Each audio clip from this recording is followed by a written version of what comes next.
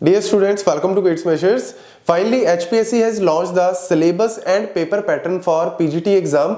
तो इस वीडियो में मैं PGT कंप्यूटर साइंस के एग्जाम पैटर्न और सिलेबस की बात करने जा रहा हूं और इसमें काफी इंपॉर्टेंट पॉइंट्स आपको बताऊंगा ताकि आपकी जो प्रिपरेशन है वो बहुत अच्छे ढंग से हो सके। और सबसे पहले मैं आपको बता दूं कि गेट्स मेशर्स ने ऑलरेडी इसका कोर्स जो है वो लॉन्च कर रखा है और हम लोग according to the syllabus, according to the paper pattern ही करवा रहे हैं और बहुत अच्छे लेवल से स्टूडेंट्स को गाइड कर रहे हैं।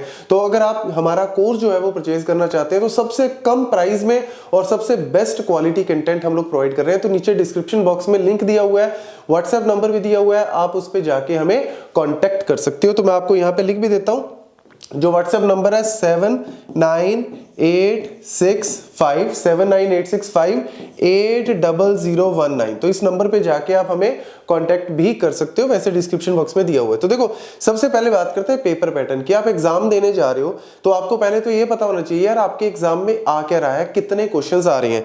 तो सबसे पहले आपके एग्जाम में आ रहे हैं जी 150 क्वेश्चन। हर एक क्वेश्चन 1 नंबर का है, तो आपका 150 नंबर का पेपर हो गया। ठीक है, 150 क्वेश्चंस है, 150 मार्क्स है। दूसरी चीज, इसको करने के लिए टाइम कितना है जी? तो टाइम भी आपके पास कितना है? 150 मिनट्स आपके पास है, मतलब 2.5 घंटे का टाइम है। एक क्वेश्चन को 1 मिनट में कंप्लीट करना, तो टाइम का बड़ा ध्यान में रखना पड़ेगा। टाइम आपको, क्योंकि हर क्वेश्चन को करने के लिए 1 मिनट हो गया, तो यानी स्पीड भी आपको मेंटेन रखनी पड़ेगी। अब स्पीड के चक्कर में ये मत कर देना कि गलत मलत लगाते जा रहे हो, नहीं, क्योंकि यहाँ पे नेगेटिव मार्किंग भी है, दैट इज 1/4। तो अगर सही करते हो तो 1 नंबर है जी, गलत करते हो तो 0.25 आपके कटेंगे। अब यहां पे हर क्वेश्चन को करने में जब आप 1 मिनट लगा रहे हो, 1 मिनट से कम आपको लगाना पड़ेगा। आपके दिमाग में आएगा सर इन क्वेश्चंस के ऑप्शंस कितने हैं? तो यहां पे जनरली हमारे पास 4 ऑप्शंस होते हैं, मतलब ABCD 4 ऑप्शंस होते हैं। यहां पे हमारे पास है 5 ऑप्शन। अब ये जो 5वां ऑप्शन है ना, ये पता क्या है? ये है नॉट अटेम्प्टेड। मतलब सिंपल सा कॉन्सेप्ट आपको बताता हूं, ये चीज थोड़ी मेरे को अलग लगी। अगर आपने क्वेश्चन को देखा, क्वेश्चन को आपको लगा कि नहीं यार मेरे को ये क्वेश्चन आता नहीं है और मैं फालतू में कोई ऑप्शन लगाना नहीं चाहता, अदरवाइज मेरे मार्क्स कट जाएंगे, आप उसको स्किप करके आगे चले जाते हो तो प्रॉब्लम हो जाएगी। ये कहते हैं कि अगर आपको वो वाला क्वेश्चन नहीं करना, अटेम्प्ट नहीं करना, तो 5th ऑप्शन जो है ना उसको बबल करके आगे बढ़ो। ऐसा ना हो, ये क्या लिखा हुआ है यहाँ पे, in case candidate neither attempt a question, मतलब कैंडिडेट क्वेश्चन को अटेम्प्ट नहीं करता, कुछ भी नहीं करता, और ना ही 5th ऑप्शन को बबल करता है, डार्क करता है, तो भैया मार्क्स कटेंगे उसके, वो नेगेटिव मार्किंग में आएगा। इसीलिए ऐसी स्किप मत करना, खाली मत छोड़ना, नहीं अटेम्प्ट करना तो 5th ऑप्शन को ओके कर देना। अदरवाइज अगर आता है तो फिर पहले 4 में से कोई भी लगाना। ये चीज बड़ा ध्यान रखना, फालतू में नंबर कटेंगे बहुत सारे स्टूडेंट के इस चीज में, तो इसीलिए आपके मार्क्स कटने नहीं चाहिए। तो मैं आपको जो है वो नुकसान नहीं करवाना चाहता।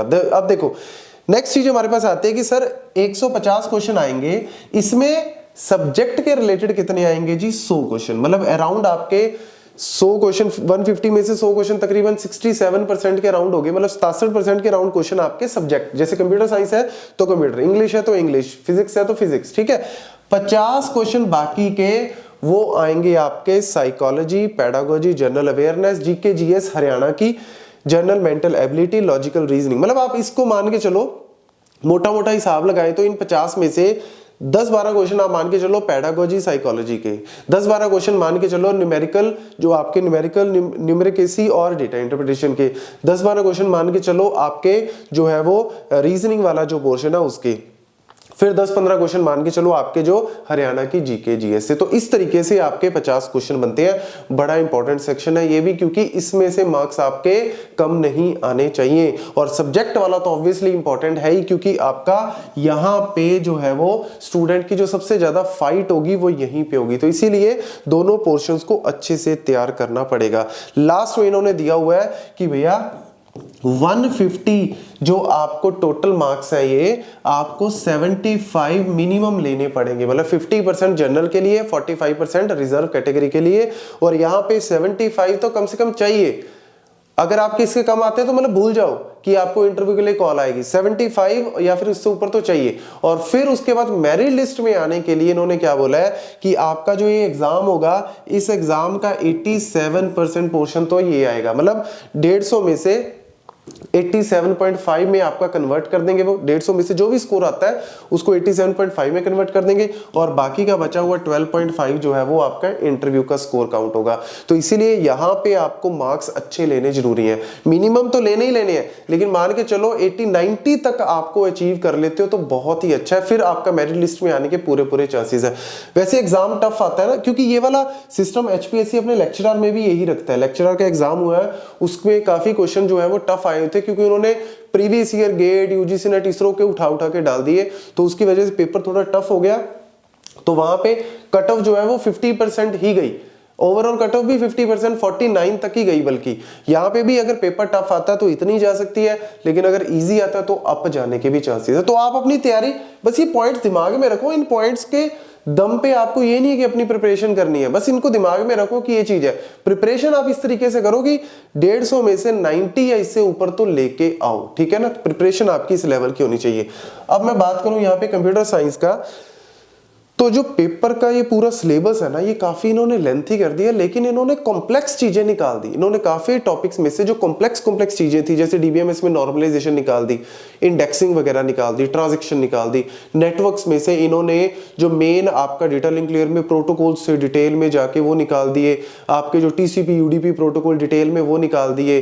जैसे बात करें अगर कंप्यूटर ऑर्गेनाइजेशन एंड आर्किटेक्चर की, तो एड्रेसिंग मोड निकाल दिया, उसमें से आपका पाइपलाइनिंग निकाल दिया। मतलब जो कॉम्प्लेक्स चीजें थी वो इन्होंने निकाल दी है, लेकिन एक्स्ट्रा चीजें डाल के इन्होंने थोड़ा लेंथी कर दिया। जैसे सबसे पहले कंप्यूटर सिस्टम ऑर्गेनाइजेशन, ये बेसिक सा टॉपिक है, बड़ा इजी टॉपिक है, इनमें से आप मान के चलो 3-4 क्वेश्चन आपके पक्का आएंगे ही आएंगे। फिर आता है जी जो सबसे नई चीज है, वो है इस बार पाइथन।